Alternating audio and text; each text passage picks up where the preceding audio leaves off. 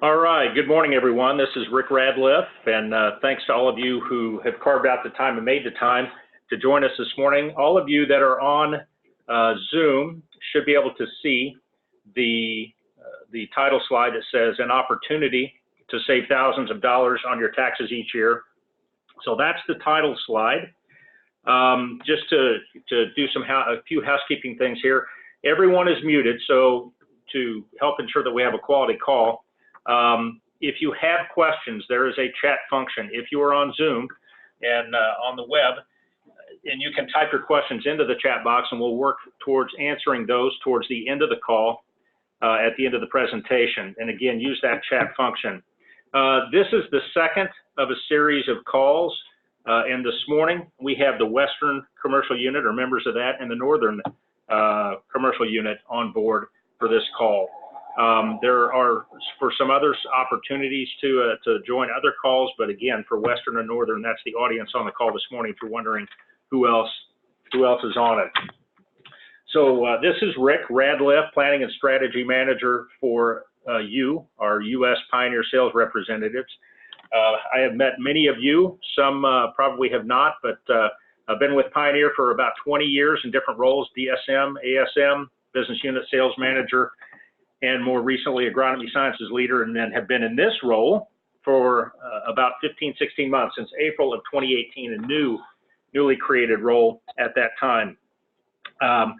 And my role is to be an advocate for you as Pioneer sales reps in Johnston to help keep you top of mind as we make decisions. We purposely have waited until now because of the long, arduous planning season that we've had. And for a handful of folks, I know there are some beans still being planted, but that's winding down very quickly. Thanks to all of you for everything that you've done to meet customer needs and what's been across a broad scale, one of the most difficult planning situations for so many this spring. But we're going to turn the page this morning, and we're going to look forward for the next several minutes, and that's what this call is about. Now, when I sent an email out to you with an invitation, there was a PowerPoint attached to it. So if you're on and you can hear audio, but you can't get on Zoom, that's okay, as long as you pull that presentation up and follow along. And if you don't have that, you can pull it back up and take a look at it later if you need to, because all of this information was in that email, and your territory managers all have that email and can forward it to you if you cannot find it or have an issue with that. But you have it in your hands and available to you. Many of you, over the course of the last many years that I'm familiar with, and really in the last 15, 16 months, have said health insurance and healthcare costs continue to rise, and is there something that Pioneer can do to help us with this? And so when I started this role back several months ago, one of the things I wanted to look at was, what are the possibilities? What might we be able to do to help our 1,000 to 1,100 reps who actually have to purchase health insurance on their own, mitigate some of the cost? Can we get health insurance? And we've got about half of our reps, 2,200 of the 2,200, that have to pay or do pay for health insurance on their own. I looked at group health insurance and some angles like that, but when you take 1,100 reps who pay for their own health insurance, fragment that across a number of states, the group begins to get so small that really, candidly, we didn't find an interested broker or agent or company that would take that on. But through that process, we were able to uncover what we're going to talk to you about this morning. This is a health reimbursement agreement. And while it is not insurance, for many who have to pay for health insurance on their own, there is an opportunity for significant savings that you're going to hear about. For many, this health reimbursement arrangement will save an average of about $4,000, and there are some who can save much more, and I'll share that with you, some examples in just a moment. The folks on the call this morning that you'll hear from, Steve Gilman from TASC, they're a company which is large, established, and have been in business for many years, and they've been a third-party administrator for this health reimbursement agreement. And through my discussions with them and many others, and there are other options out there that we explored, options that are available to you, but we settled on bringing TASC to you because of some of the things they offer, a deep well of knowledge in this area, along with some administrative things that help make it an easier process to engage in and administer if you sign on with them in terms of the HRA. We'll have about 25 minutes or so here, and then we'll go to your questions. And so with that, I'm going to ask Steve Gilman to introduce himself, and I'll go to the next slide, Steve. Well, thank you so much, Rick, for inviting us in, giving us an opportunity to share this information with your your seed sales reps. I'm Steve Gilman. I'm the Vice President of the Micro Business Sales Division. I manage salespeople both inside and outside. Our division deals mainly with employers that have 50 employees or less. I've been doing this for almost 30 years, so half my life, providing fringe benefits to employers, small employers across the country. I guess I'm considered an expert in the medical fringe benefits and the employee benefits plan. And today I'm going to share some of that expertise with you so that you can hear and listen to some opportunities, some advantages that exist in the world for you to make your health insurance costs and your out-of-pocket medical costs a little bit more palatable and probably a little bit more easy to pay for each and every situation that you find yourself in. So next slide, Rick. So there's always a confidentiality situation that exists. I'm not going to go into all the details. All of you will get a copy of the PowerPoint today that we're presenting. We just ask that you don't share that with our competitors. Let's go to the next slide, please, Rick. So today, what are we going to do? What's our agenda? We're going to go a little bit more back into a Pioneer introduction that Rick's going to talk about a few more things, maybe share a little bit more information about where we're going together, Pioneer and TASC. I'm going to tell you about what TASC is, the story behind TASC, so you have a little bit more information about us. I'm going to talk to you about how we segmented this out so this fits for everybody in your organization, whether you have one employee, whether you have multiple employees, whether you have individual health insurance, whether you purchase group health insurance. There's some crazy changes going on in health insurance right now. I'm going to talk about the BizPlan. That's for that one employee eligible plan. And I'm going to talk about universal benefit accounts, which that helps those individuals that have multiple employees. And then ultimately, I'm going to talk to you about what's next. If this is something that you're intrigued by, if this is something you want to use to try and help you save some dollars, at that point in time, then we're going to show you how you can contact somebody at TASC so they can have a one-on-one conversation with you. So with that, I'm going to throw it over to Rick for a little bit more of an introduction for Pioneer. You bet. Thanks, Steve. So just a few items that are noteworthy. What we're talking about is not health insurance. If you have health insurance, this doesn't change anything as it relates to that. The cost savings are achieved through tax savings, depending on how your business is structured. And Steve will go into a little bit more of that.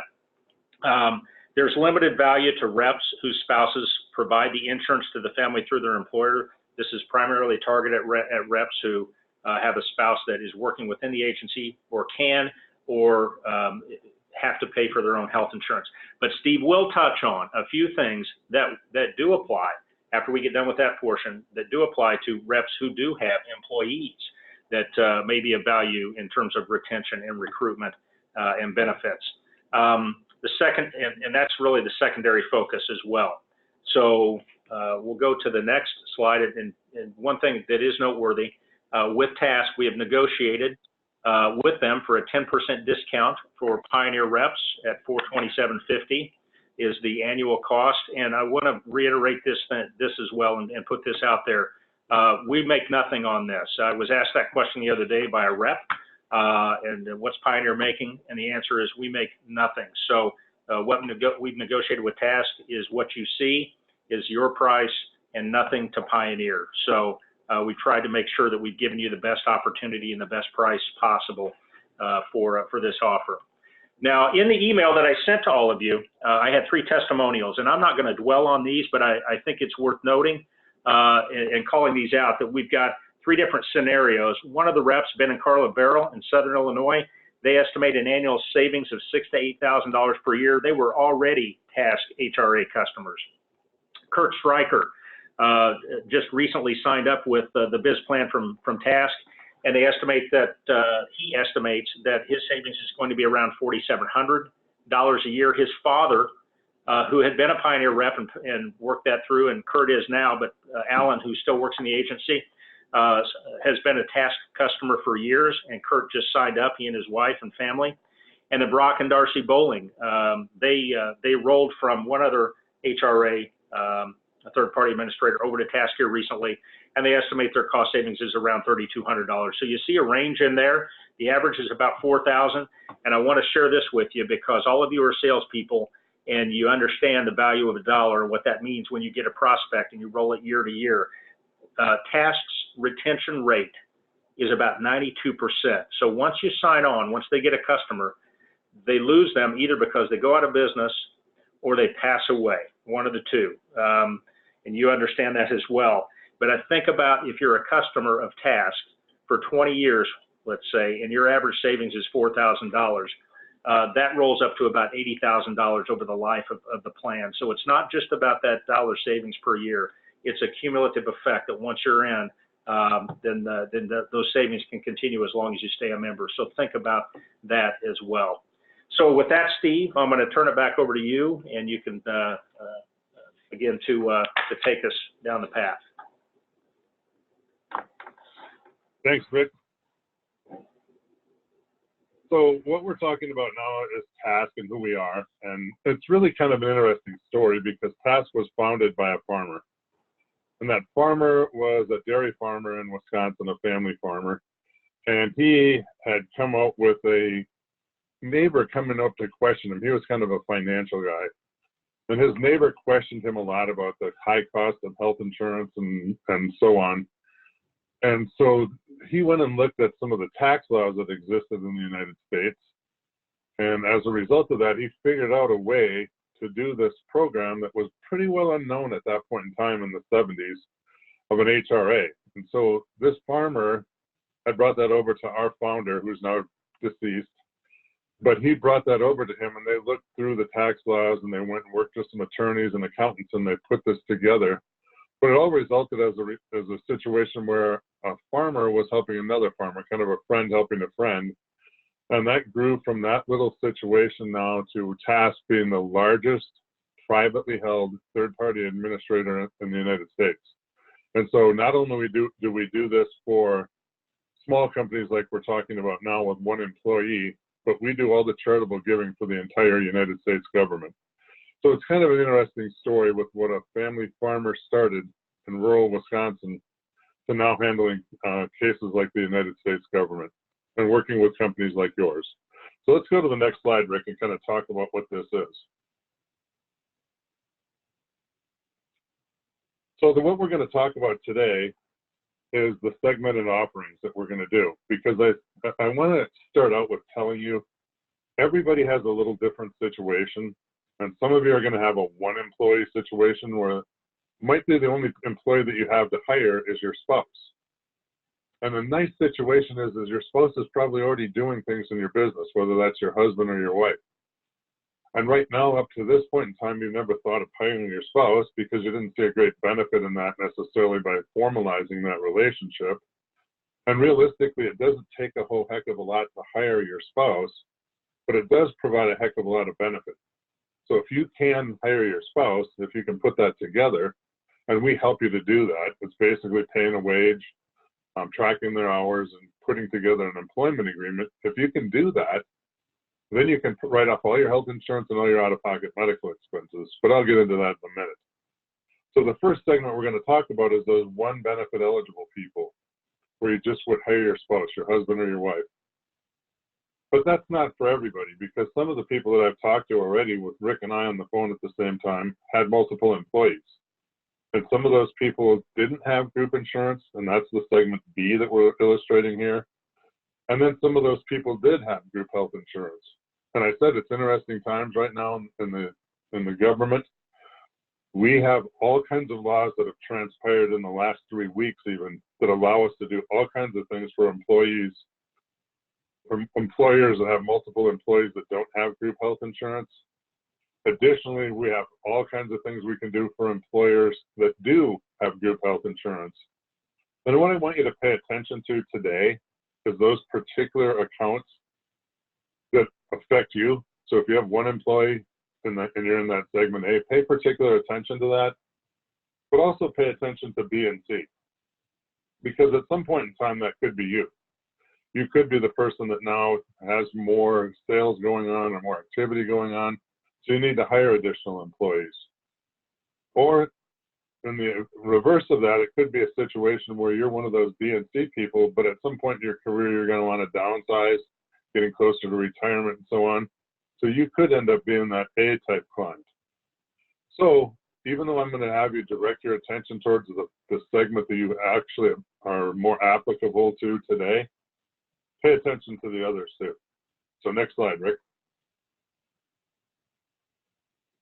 So what we call our product is BizPlan. That's our trade name for it. And that's for the segment A, the one benefit eligible employees. So BizPlan has all kinds of different names for it. You heard a health reimbursement arrangement. You're going to hear a 105 plan. You're going to hear an HRA. All of those things are the same thing. So when you hear those kind of pieces of information, they're all the same. So don't get confused by all that different terminology. It's the same thing, same name, just different names for the same thing. So why don't we move to the next slide, and I'll kind of explain a little bit about what an HRA is. What it does is it allows small businesses to deduct their state, their self-employment or FICA tax, and their medical expenses, all three of those, on their taxes. And what you can write off, so if we look at that, in most cases, I'm just going to go through this for just a second. Your state tax can range anywhere from 5 to about 12%. Your self-employment is 15.3, and your federal tax can go from 15 to about 39%. So if you total all those up, it can go from somewhere around the range of 30 to 50% in tax savings. And what you can save on, the things that you can write off to save those dollars, is all of your family health insurance premiums that you pay for yourself. So you can't write off your employer's health insurance. But if you're purchasing your own health insurance, and if your spouse is on one plan and you're on another, it doesn't matter. The qualified long-term care, the federal government sets up what you can write off from a long-term care policy. All of your out-of-pocket expenses that you pay for yourself that are not covered by insurance. And whether that's dental, vision, prescription, copays, whatever it is, all of those things can be written off. And additionally, supplemental policies like cancer and those type of things. And think Aflac or Colonial for those type of policies. So all of those things are things that you can write off as a result, and again, save 30 to 50% on those costs. So Rick, can we go to the next slide? And so the next thing we want to do is actually show you what this does.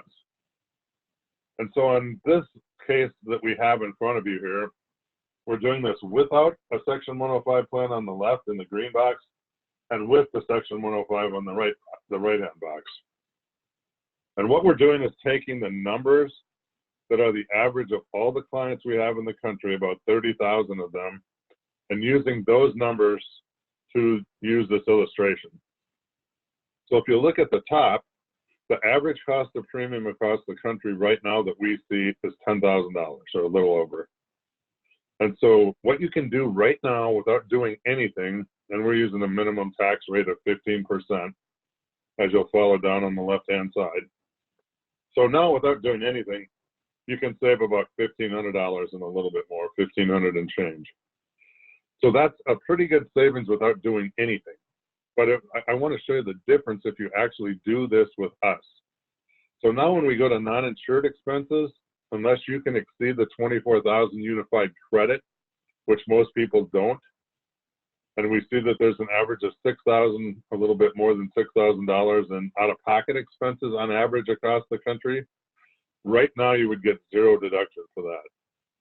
So if we take that all the way down to the bottom and total those numbers, you have a total expense of $16,000, and you have a total deduction of $10,000, and you got a 15% write-off on that $10,000, and you saved about $1,500.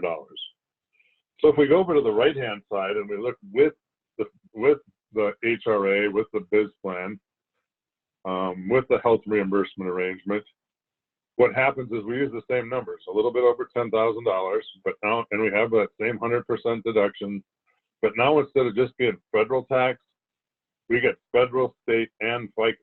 So federal, state, and self-employment tax. And so that gives us a higher rate of savings. That gets us up to that 35%. And if we multiply that times that 10,000, now instead of 1,500 we had without using the 105 plan, now we have $3,500. And as we move down the box to the non-insured expenses, using the same numbers, a little over 6,000. Now instead of 0% deduction, we have 100% deduction. And we're going to use that same 35% rate for a total tax savings in that arena there of a little over $2,000. So the total expenses in this case, $16,000. Total deduction, $16,000. Total tax savings, $5,600. And if we subtract that from the savings that you already received from what you can do currently, that's over $4,000 in tax savings. And this is just an average. So I don't want you to assume that you're going to just save $4,000 or that you will automatically save $4,000, because if your insurance premiums and out of pocket are lower than this, you'll save a little less.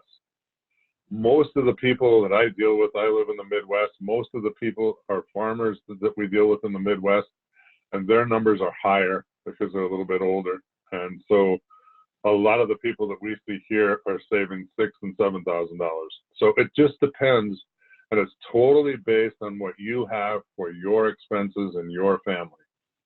So these are just averages. Let's go to the next slide, Rick. And Steve, So it's probably noteworthy that over time it's likely that expenses will not go down; they'll continue to rise, and so the value, in all likelihood, will continue to rise. The other thing that is probably noteworthy, and Steve's going to get to this here in just a moment, but our focus is Pioneer reps, but we do have Pioneer reps that also are engaged in some other businesses where their spouse may work in that other business, such as farming operation in some cases. So when you think about employing your spouse to qualify for an HRA and these tax savings, if your spouse is engaged in, or you need to formalize it in another area of business that you're in, that certainly is an opportunity as well. It's not just limited to Pioneer, but that's our focus of this, of what we're sharing this morning. So Steve, go ahead. Oh, thank you. And that's a really good point. This doesn't have to be in what we're talking about today. Doesn't have to be in seed sales. It can be, we do this for realtors, we do it for farmers, we do it for truckers, we do it for all kinds of people. And we've already talked to, Rick and I've been on the phone with other sales reps that had a farm on the side. So, keep your thoughts open, and there's opportunities for everybody. And you'll see that as we continue. So, and I'll close with some thoughts about that when we get finished. So who qualifies for this? A lot of it has to do with your tax filing status as well. And not everybody knows exactly what their tax filing status is today. But the two easiest ones are the sole proprietor and the C corporation. So if you're a sole proprietor, if you're not set up as a corp or a true partnership, that's the easiest, except the C corporation is just as easy, if not easier, because we don't even need to hire our spouse in that situation. So those two are the easiest. Partnerships are very easy as well.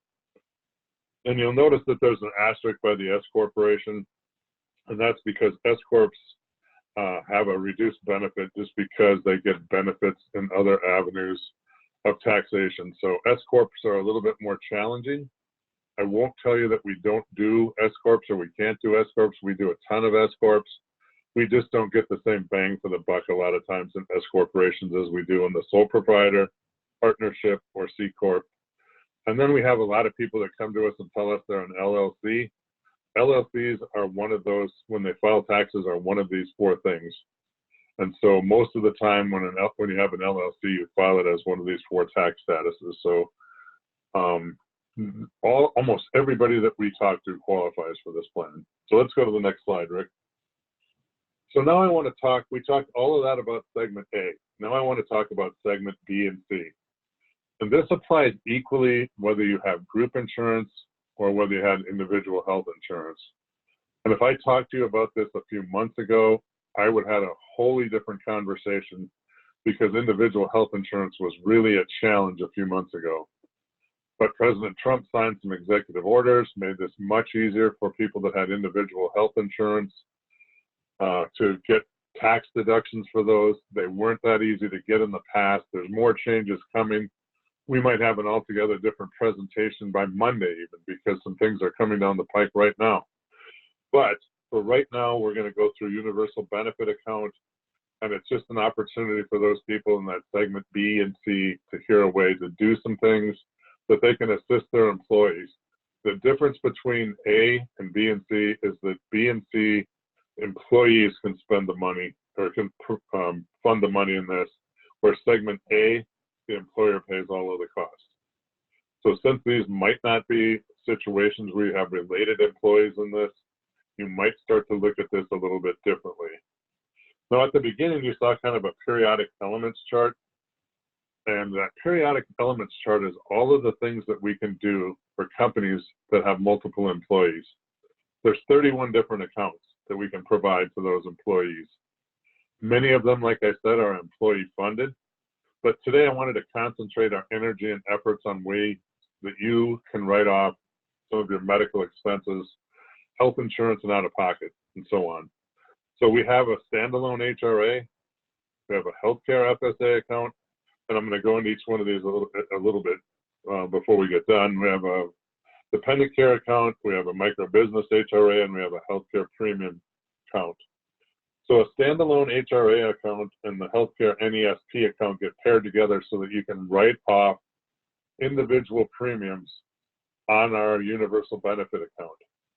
And so an employer can give an employee money in lieu of giving benefits through this platform and have them go out and purchase their own individual health insurance. And so it's an easier way to provide benefits, because we all know the challenges that exist right now in the marketplace to retain employees. And Rick and I've heard this on the field talking to different people. And it's a heck of a, not only retain employees, to attract new employees. So when you start growing from that A segment to that B and C segment, you almost have to have some kind of benefits to keep those people even looking at you as a prospective employer.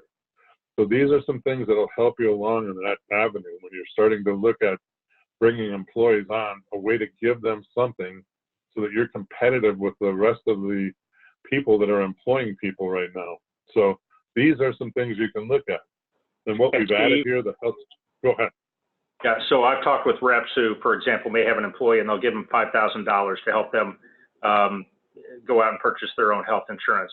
Instead of doing that, you could take that $5,000, that same rep could fund an HRA or one of these other vehicles, continue to get the tax deduction on it, the same as if you wrote it out in a check for a salary or a wage, but then the employee doesn't have to pay taxes on it. They can leverage one of these tax deductible vehicles to purchase that, and it ends up saving them money. So there's value to them, even though it costs the employer no more. That's one of the hooks here and the benefits. Yeah, and that's a perfect point that you made there, Rick. So, and then the only other thing I'll add is that you can write off out of pocket and dependent care here. But the great part of this is the employer is going to save FICA tax on every dollar that the employees run through this plan, and the employees will save federal, state, and FICA. So when they get that $5,000, it's truly $5,000 that they get, Rick, because they're not having to pay that 35 or 45 or 50% tax on that $5,000. So they get true value for their money. And in addition to that, the FICA savings that the employer has, that we're going to illustrate right here, that 7.65 employer tax savings, that is enough money generally to pay for the cost of our administration, plus give them a little extra. So it's actually a revenue generator for the employer. So for those of you that have B and C type segments that you are going to fit into, this is not only something that would be a cost neutral plan to put in for your employees, but you might even make money putting this plan in. And I'm going to say you're going to make money in two ways. One is you're going to make money on having the employer tax savings of the FICA that I just spoke to. And secondly, you're going to be able to give your employees a raise by doing this, because they're going to save federal, state, and FICA. So if the employer saves $1,000 on this plan, the employees will save $5,000. So for every $1,000 that the employer saves, it's 4 to 5 times what the employees will save, because they only save the 765, the employer, and so the employee will save that 765 again, but they'll save at least 5% on state tax and anywhere up to from 15 to 39% on federal tax. So there's an opportunity to give your employees a raise, not have any cost to put the plan in, potentially even make money, and overall put in a benefit plan to help attract and retain employees. So it's a win-win-win situation all the way around. Let's go ahead and go to the next slide. So the accounts that I was talking about, they popped up and they're all over the place when we were doing that last 2 slides ago. You can do a health flexible spending account. That's that out-of-pocket thing that we talked about. Anything that's not covered for out-of-pocket expenses, deductibles, co-pays, co-insurance, visits to the dentist, visits to the optometrist, those type of things. The account we added in here is dependent care. So for the cost of taking your child or an adult parent that needs to go to daycare to dependent care. The non-employer sponsored premium if you're going to pay for individual health insurance. There's a health savings account opportunity and the HRA that we've already been talking about throughout the whole presentation. So there's all kinds of different options to provide for that client when you're in a B or C type of a segment to make certain that you have the best benefits available at the lowest cost to you, maybe no cost, or again, maybe it's a cost neutral plus situation, and give your employees a break on the cost of their health insurance and out of their out-of-pocket medical expenses. So let's go to the next slide. So who can do this? Who can participate in your plan? They have to be one of your W-2 employees. They have to have an employable interest. They can start when you start the plan or when they become eligible. So you have the opportunity to make them wait for a few months to get on your plan to make sure they're going to work out as an employee. So you don't have to do this the minute they get hired. You can wait 30, 60, 90 days so that you can make sure that they've gone through some kind of a initial period of getting to prove themselves that they're going to be an employee that's going to work out in your organization. Next slide. Steve, I'll just, it's probably noteworthy again, that they need to be a W-2 employee, not a 1099 contractor. So there is a difference because if they're a W-2 employee, you're deducting, you know, so federal, state, FICA, and those types of things. So that is a difference, not 1099s, but W-2 employees. Thanks. Right. 1099 employees have to do the segment A. And so this is for segment B and C, they have to be W-2. Good point, Rick. So what's next? We went through this relatively quickly because we didn't want to take up a lot of your time today. We wanted to make sure you got a taste of this, that you had some awareness of what existed, and we wanted to do it still honoring the time commitment that you had to put into this. And so what we recommend at this point in time, what I'm going to recommend at this point in time, is that you take a little bit of time, and I'm going to give, we can move on to the next slide while I'm talking about this. What I'm going to recommend is that you go ahead and look at the information that's here, but you talk to somebody, I mean, like talk to somebody, not look at the website or look at this PowerPoint that we sent out, but talk to somebody from TASC, because we have a whole staff of people that's all they do is help people answer questions for this. If you want to get enrolled, they'll help you get enrolled. But first talk to somebody, because I used a bunch of average numbers. I talked in some generalities, but they'll go through your specific set of circumstances to see what they can do for you. And you can do it whatever way that you're comfortable. We have a landing page. I'll start from right to left this time. We have a landing page that's right there. I'm not going to read that to you, but you can go to that landing page. There's all kinds of information.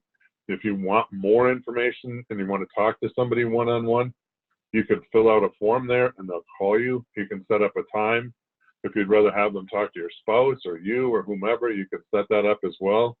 You can email us at microbusiness@tasconline.com, and somebody there will call you and they'll do a consultation with you and they'll go through this. And they're very thorough and they're very helpful. And all those people that you saw that did the testimonials here worked with these people. Rick's been on the phone with them. He knows how gentle they are when they deal with people. Or you can just call right in. I mean, there'll be people waiting after this call to talk to you, and they'll do the same thing. This is something where we're here to help you. We're here to make sure that if this works for you, that we can help you get set up on this. But initially, we're here just to make sure that this is going to be something that's going to save you money. But the best thing to do is actually talk to somebody from our organization so you can find out what this is going to do for you personally and not what it did for somebody else.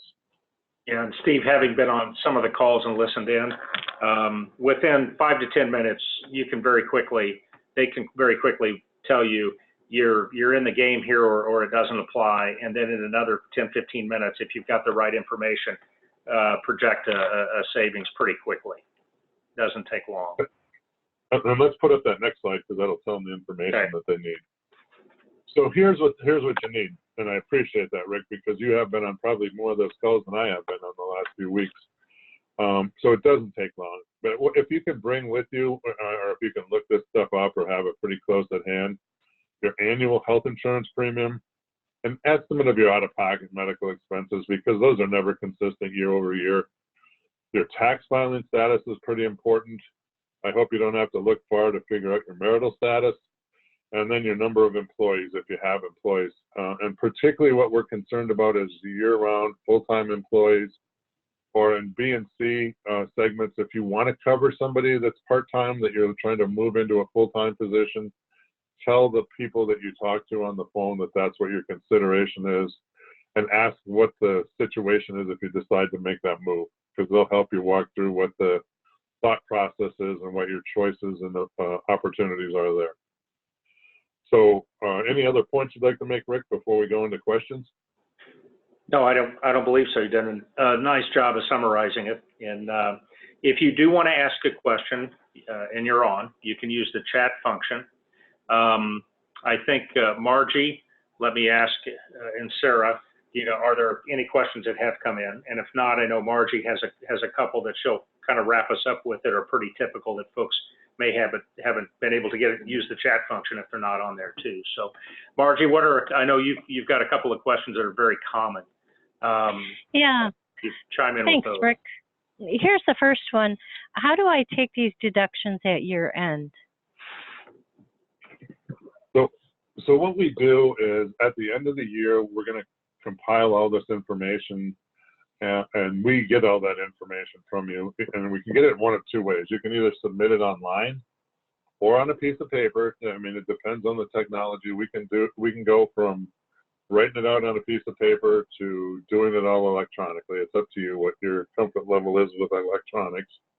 Or if you really want to do it easily, you can use a debit card that we have that automatically populates something.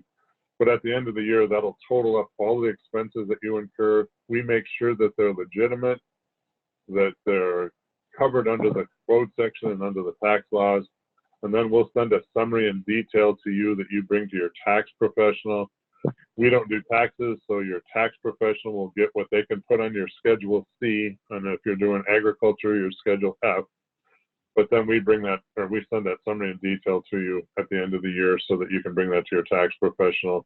And we go through that to make sure you haven't put something down there that doesn't qualify, because we do guarantee this plan in an audit. So we want to make sure that everything that you put down is legitimate. And so we legitimize those things, we adjudicate that, we go through it, and then we send it back to you, and we'll get it to you. The farmers are a big deal with it. They get that by February 1st, so we do that rather quickly. And if you do the debit card that we have to pay your expenses by, how that works is it only works where there's a medical merchant code. So it's a smart card. You can't go purchase gasoline with it. You can't go purchase snacks at the quick stop. The only thing that you can purchase with that is medical things. So you can pay your copay or your visit to the dentist with that, but it won't let you do anything that doesn't have a medical merchant code, and that automatically populates that year-end report that we ask for. And so the only thing that won't go on there is health insurance premiums, because carriers generally won't take payment by debit card. I hope that answered that question, Margie. Yes, it did. Here's another one. What's involved in hiring my spouse? I talked about that very briefly earlier. Three things are the major components to hiring your spouse. When we hire anybody, most people don't work without a paycheck. And so the first thing we have to do is pay our spouse, whether it's our husband or our wife. We pay them, and we don't pay them a ton because most of our payment that we're going to provide to our spouse is going to be in the form of medical reimbursement. But we'll write a check to them for $100 or $200 a month, going from a business account into a personal account. And it's a very simple proposition. Again, once a month, because I don't think people, most people don't get paid on an annual basis because they couldn't afford to live that way. And so we pay them on a monthly basis with a paycheck. And then secondarily, we give you an employment agreement to fill out, or that you can write in your own hand. And then thirdly, we ask that you track your hours, because in a situation where you're hiring your spouse and you're getting favorable tax treatment, it's good to have proof that your spouse does something in your business or on your farm.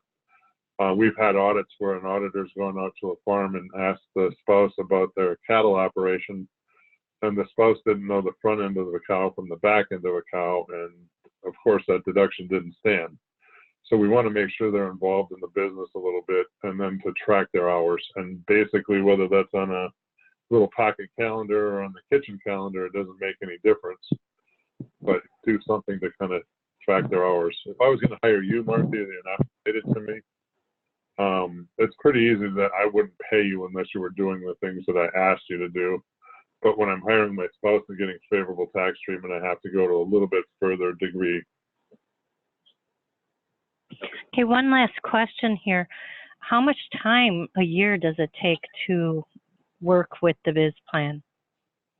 I would say the first year is probably the most difficult to get this set up, because you kind of have to build a routine. So you're going to have to pay a check once a month. You're going to have to set up that hourly tracking, or tracking your hours, I should say. My wife has a little business, and she tracks mileage all the time, and she just puts it in a book, in a mileage book. And, it depends on what the duties are of the spouse, but some of the duties are to do those kind of things sometimes. And so in my, in the business that my wife and I have outside of this, she takes care of doing the books. She takes care of managing a website.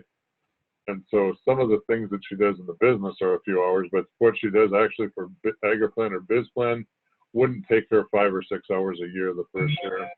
And then the years after that, probably 3 hours maybe, because the debit card does most of the work for you. Great, thank you very much. Thank you. All right, we've kind of reached the end here, and I want to reiterate that in the slide deck that I sent you is contact information that Steve referenced, where you can call in or send an email. And there's, how things go. No better time to take action on investigating this than now. The longer you wait, it'll slip away, and that information may as well. So I'd encourage you to make contact very soon, as early as when the call is done, and they can take your call. I want to thank all of you for joining us, and also just to let you know, you won't get a call from TASC. They don't have your contact information. We guard that very diligently. So the ball is in your court as a sales rep to reach out to them. When all of these calls are done, I will send a final email with this contact information again. But again, it is in that PowerPoint. And if you want the PowerPoint, if you've lost it, misplaced it, deleted the email that it was attached to, your territory managers have that and can send it to you. And it's towards the back of that deck. So with that, thanks for all you do to support your customers. Thank you for your dedication as Pioneer sales reps. I look forward to seeing a few more of you at these kickoff meetings, at the few that remain that I'll be at. And make the call, make the contact, and we're pleased to be able to bring this opportunity to you, because it does have true value for many of you and significant value for many. So thanks again, and we'll cut you loose, and thanks for calling in.